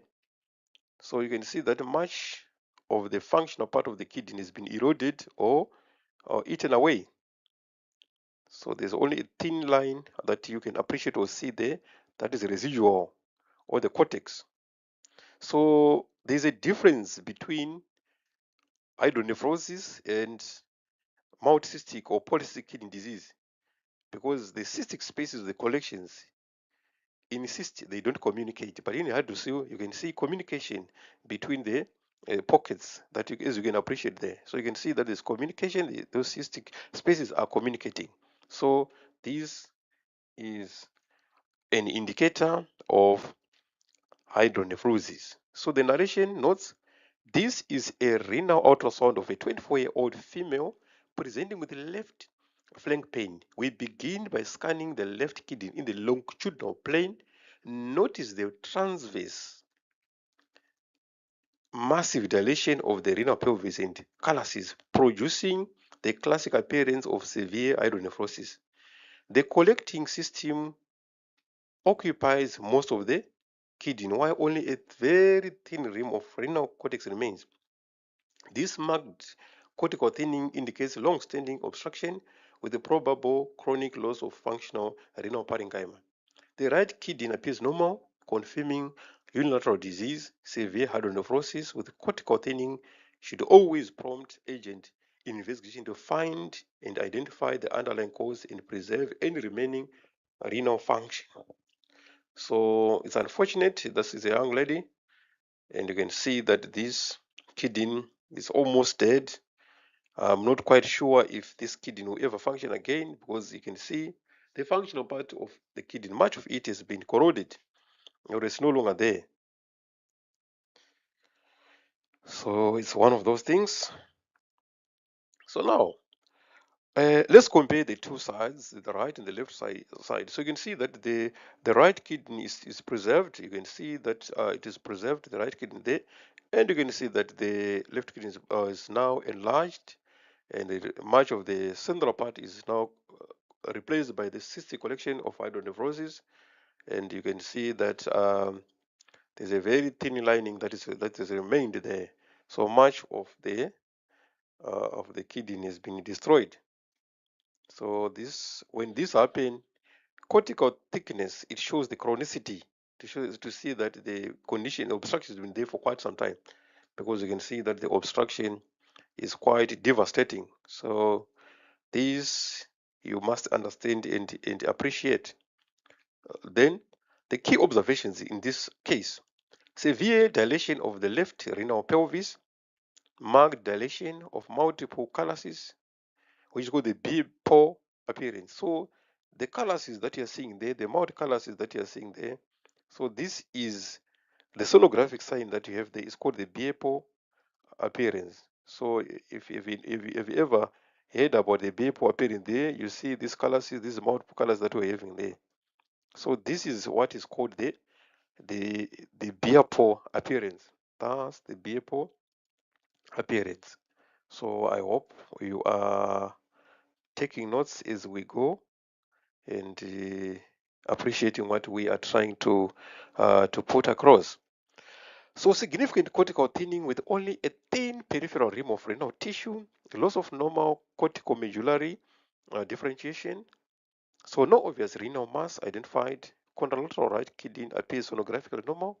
Findings are highly suggestive of chronic severe obstructive uropathy, as you can see from there, as you can appreciate from there, as you can appreciate there. Okay. So you must also understand or know the choice of transducer when you are scanning these abdominal organs or the deeper organs. So of course, yes, in this case, it's a kidney, it is a deeper structure. So you're going to use a low frequency transducer, 2.5 megahertz curvilinear pro transducer. So the patient position supine initially, then you can change the patient either left posterior oblique or right lateral decubitus position if required for improved visualization. So the scanning planes, longitudinal section of the left kidney, transverse view through the upper pole, mid kidney, and the lower pole. Intercostal approach if bowel gas limits visualization. So the intercostal space also helps you to get an access window to scan the kidneys. Evaluate the renal pelvis, the calyces, the proximal ureter were visible. Contralateral kidney and urinary bladder must also be assessed. So let's proceed. All right. So now the key findings. In this case, what were the key findings? I think it's getting so obvious to you that ultrasound findings: severe left hydronephrosis, gross dilation of the renal pelvis, marked calcium dilation, significant cortical thinning, reduced residual functional renal parenchyma, normal right kidney, no sonographic evidence of renal mass. So there's no renal mass that was observed there.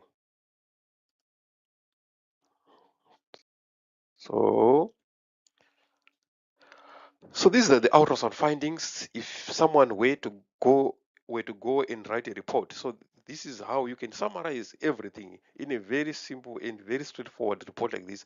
Ultrasound findings: severe left hydronephrosis, gross dilation of the renal pelvis, marked calcium dilation, significant cortical thinning, reduced residual functional renal parenchyma, normal right kidney, no sonographic evidence of renal mass. So the impression or the comment: severe chronic left hydronephrosis with marked cortical thinning, highly suggestive of long-standing urinary tract obstruction. So urgent further evaluation is recommended to determine the level and cause of the obstruction. So the differential diagnosis: uretero-pelvic junction UPJ obstruction, obstructing ureteric calculus, ureteric stricture, congenital pelvic junction obstruction, extrinsic ureteric compression, or less likely ureteric neoplasm.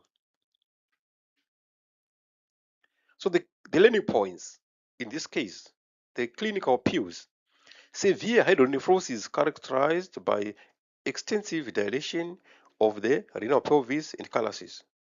Cortical thinning is a sonographic marker of chronic obstruction and reduced renal reserve. Always evaluate the contralateral kidney for compensatory changes or associated pathology. Ultrasound establishes the diagnosis of hydronephrosis but may not identify the exact cause of obstruction. Early diagnosis and the renal referral to the urology are essential to preserve the renal function. Our discussion: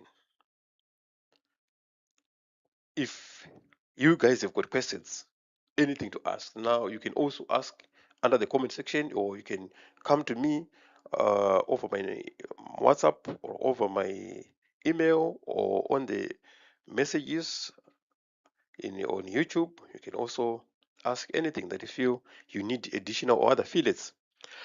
Hydronephrosis results from obstruction to urine flow, leading to progressive dilation of the renal collecting system. When obstruction persists over an extended period, increasing intrapelvic pressure causes compression of the renal parenchyma, resulting in cortical thinning and irreversible nephron loss. Ultrasound remains the first-line imaging modality for evaluating suspected hydronephrosis because it is rapid, non-invasive, and highly sensitive in detecting a dilation of the collecting system. Marked cortical thinning generally indicates chronic obstruction and is associated with reduced renal function. Although ultrasound accurately demonstrates the severity of hydronephrosis, it may not always identify the underlying cause. Cross-sectional imaging such as CT aerography or MI aerography may be required for definite evaluation. In young adults, Ureteropelvic junction obstruction represents an important cause of unilateral severe hydronephrosis and should always be considered. Obstructive ureteric calculi and ureteric strictures are additional important diagnostic differentials. Prompt urological assessment is essential because prolonged obstruction may result in irreversible damage and eventual loss of renal function. Ladies and gentlemen, thank you so much for your time. Don't forget to subscribe, like, and share our educational content. Let's grow our ultrasound, our sonography, our radiology community together. We have got a lot more to learn from each other, and the world is a lot more to offer to us. Thank you so much. Let's meet again in the next presentation. Bye for now.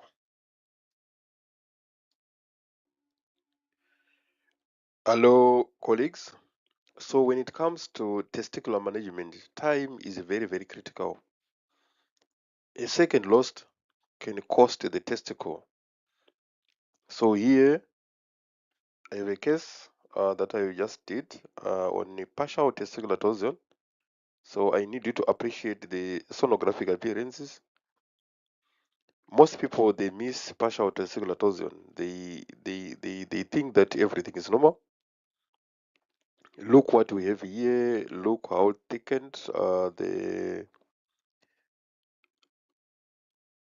look how thickened the epididymis is at the head of the epididymis. You can see that everything is turned upside down, and you can see that the epididymis appears prominent there. What we are seeing here, what we are seeing there, what we are seeing there. So this is the testicle there. So the testicle is still alive. So we do have what a testicular, sorry, a scrotum cyst there, epididymal head simple cyst that we have here. So this is the culprit, I think, because it can cause testicular torsion. So because of its mass effect, so you can see what we have there. The Warpful sign is not very pronounced or very clear there. It's not very clear, but you can see that there is a partial clapper deformity there. Bell and clapper deformity is just partial. It's not very clear. So this is one of the most confusing cases when you are doing scrotal ultrasound. It becomes very difficult for you to see which is which. So most people, they will think that maybe it's the scrotum is very prominent because of inflammation, but there's no inflammation there. Even on color Doppler, you can see there's no inflammation. It's only that the testicle is twisted. So you are seeing this other side where the epididymis, the spermatic cord, becomes very prominent, like this. So this is partial torsion because the testicular perfusion is still preserved, though it's very much reduced. At the same time, the flow in the epididymal head is still there, but just compromised. So if there is complete testicular torsion, you won't see any flow. At the same time, the testicle would start to undergo ischemic changes. It will become edematous. So in chronic stages, then you can see that it can become necrotic. But in this case, we still have got some symptoms of life. You know, this patient came earlier, some months ago, for an ultrasound scan. Then I detected the cyst there, the epididymal cyst, simple cyst there. So unfortunately, they didn't manage it. They just left it like that. So you know now it is bringing unintended consequences. The patient is back now in excruciating pain because the mass effect of the cyst is now causing undesirable consequences, causing the testicles now to twist. The only fascinating thing is we managed to salvage the testicle because we detected the toxin early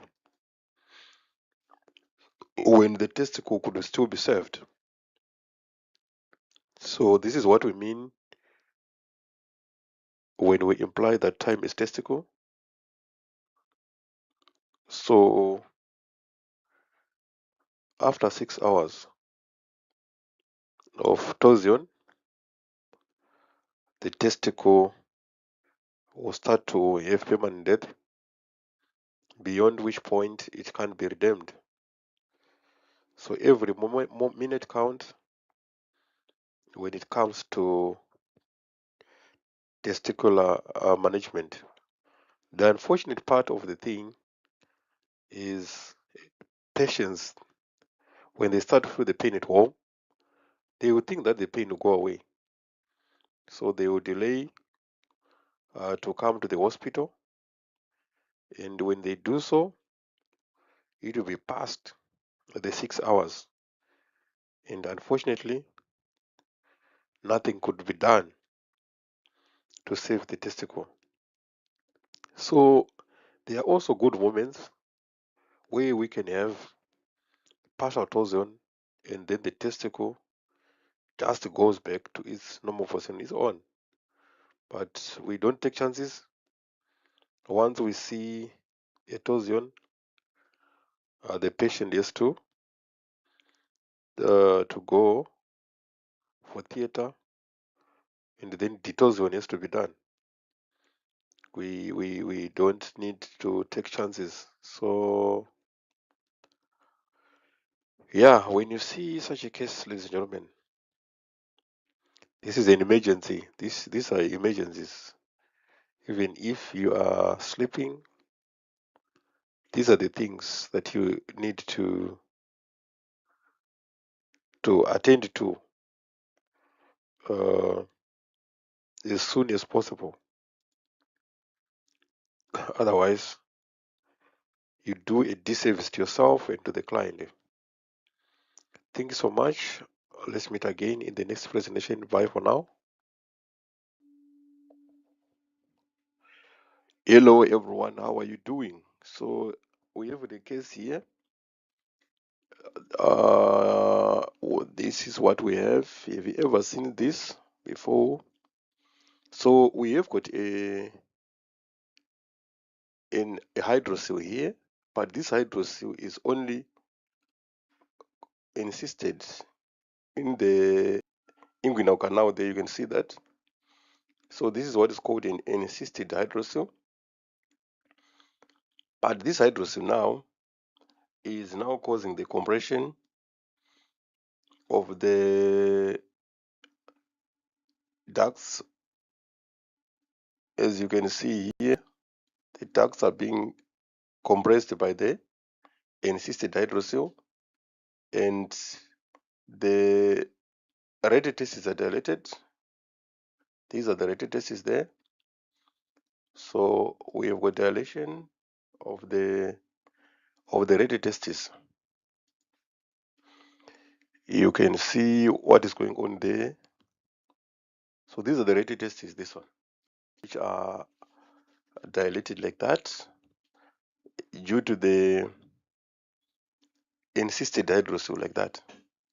So encysted hydrocele is a type of hydrocele where the fluid is now contained. It's not spreading into the rest of the scrotum. It is just localized there.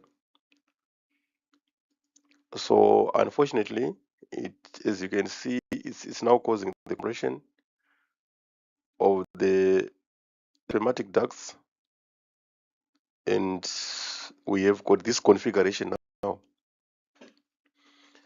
which is called tubular ectasia of the right testis. Have you ever come across a case where you have got such type of a configuration? Did you know about tubular ectasia of the right testis? So these are some of the demerits of these type of hydrocele. So you can see there's a distinction, there's a difference between the normal type of hydrocele that you know and this type of hydrocele, because under normal circumstances, the hydrocele that you know, it spread in the scrotum around the testicle like that, with the fluid around it. But this is a cyst that you can see here. So this type of a cyst is now mimicking an epididymal head cyst, but it's a specialized type of hydrocele which is only localized in the inguinal canal. So you must be in a position to distinguish a complete hydrocele and an assisted hydrocele. You must know the difference between those two, and then you can also have got these tubes which are dilated in the epididymis. That will now be called tubular ectasia of the epididymal head. But in this case, the ectasia is happening, or it is contained within the right testis. So you can see here what we have here. We do have got a cyst there.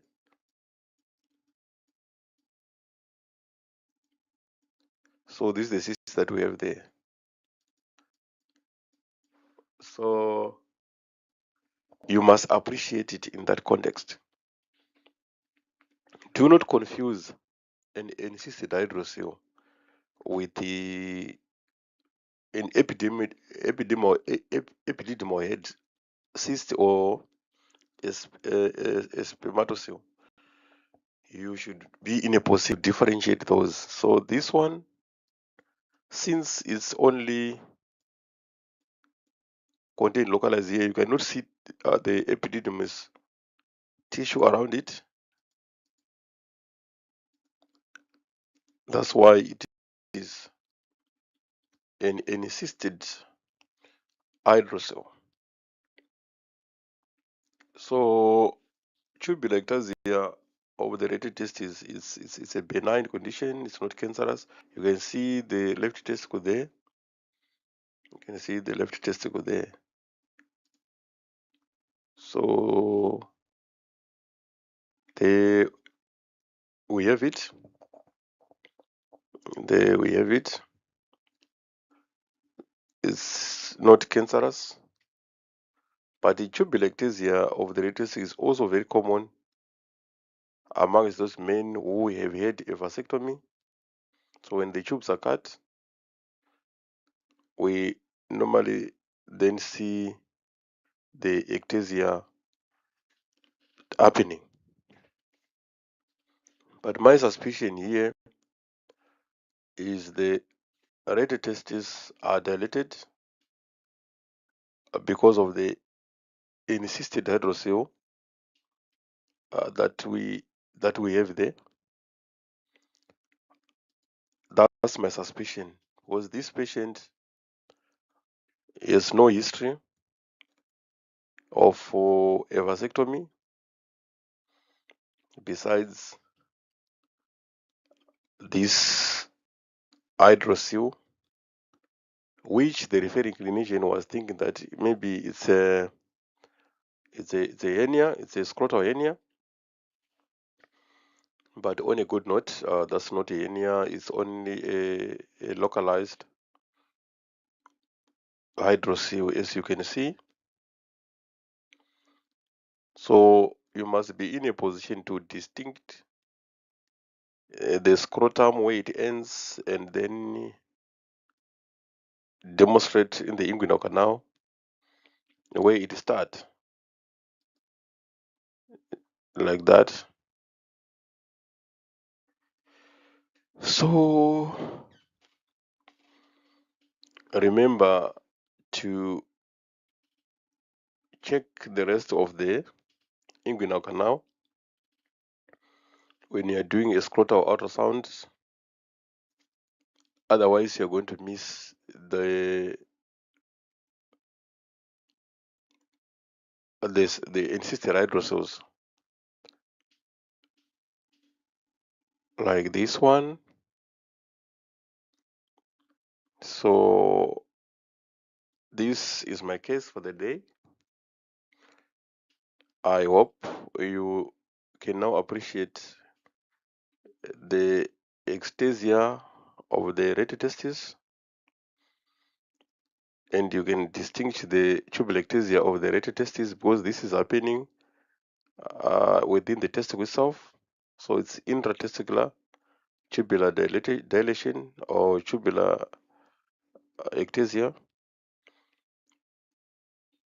We can have the same ectasia happening in the head of the epididymis, in which case you will call that tubular ectasia of the epididymal head. So you must understand and appreciate that type of a distinction. So the scrotum needs a very good special mention. The next case that I'm going to present on is also the testicle. So you are going to see that we saved the testicle yesterday. The patient did a partial torsion, and then we did the right thing in time, and the surgeons were able to save or salvage that testicle before it died. So when we say that time is testicle, I'm going to show you how it manifested yesterday. So watch our next video on a partial testicular torsion. Thank you so much for your time. Let's meet again in the next presentation. Thank you. Here are 10 quiz questions for partial testicular torsion. So number 1, a 17-year-old male presents with sudden onset right scrotal pain for 3 hours. Color Doppler demonstrates preserved but reduced intratesticular arterial flow compared with the opposite testis. What is the most likely diagnosis? A. Epididymitis. B. Partial testicular torsion. C. Testicular tumor. D. A hydrocele. What is the correct answer there? Write your answers under the comment section. Question number 2. Which sonographic sign is considered the most specific indicator of testicular torsion? A. Reactive hydrocele. B. Heterogeneous echo texture. C. The Whipple sign. D. Enlarged epididymis. Which sonographic sign is considered the most specific indicator of testicular torsion? A. Reactive hydrocele. B. Heterogeneous echo texture. C. Whipple sign. D. Enlarged epididymis.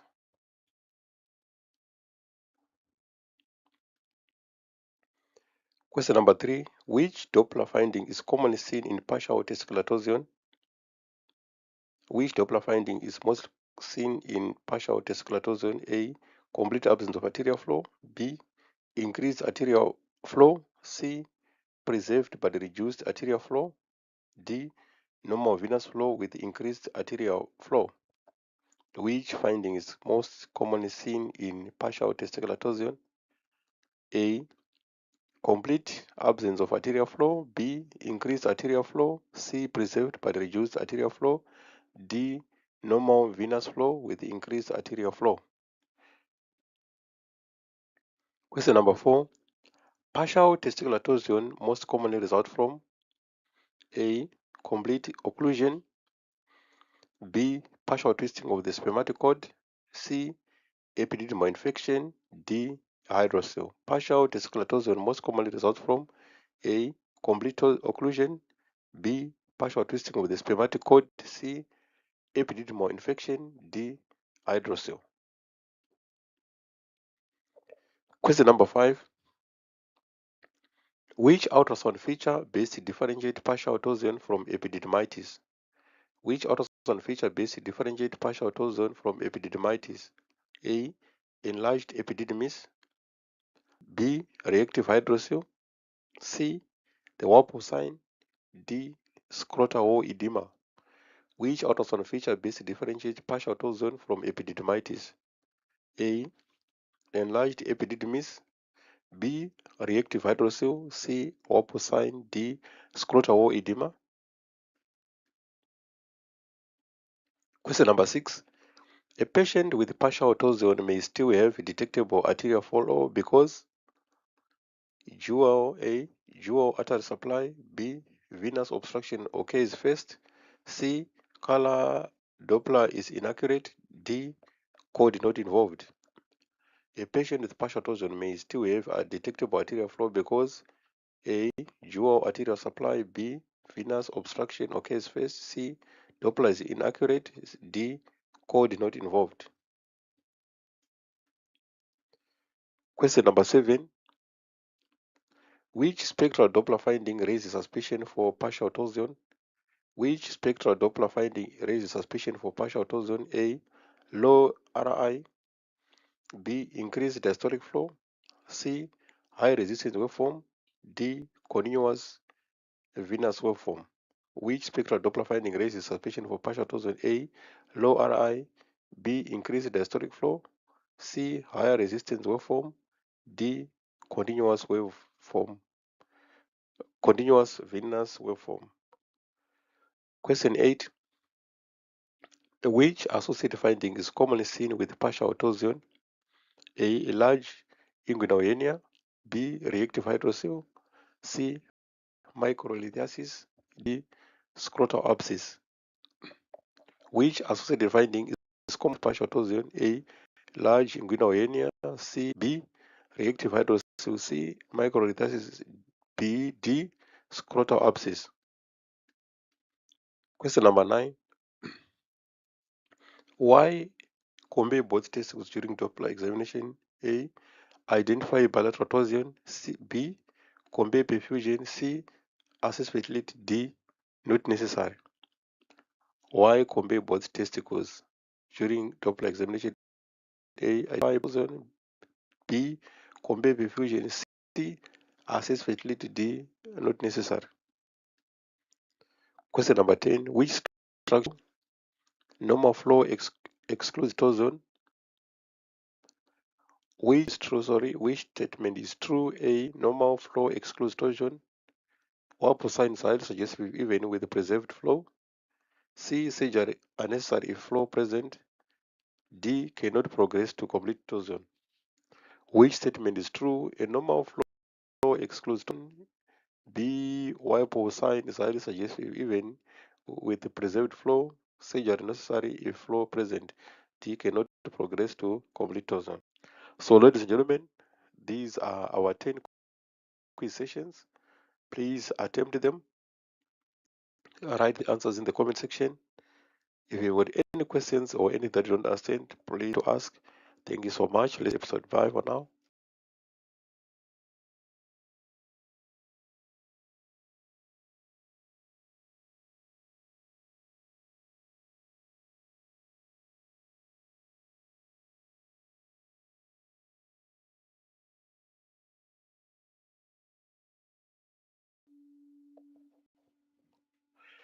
Hello everyone, how are you doing? So we have the case here. This is what we have. Have you ever seen this before? So we have got a hydrocele here, but this hydrocele is only insisted in the inguinal canal.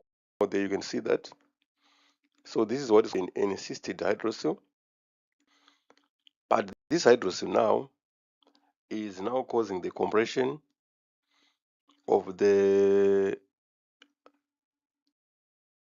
ducts. As you can see here, the ducts are being compressed by the encysted hydrocele, and the radiotestes are dilated. These are the radiotestes there.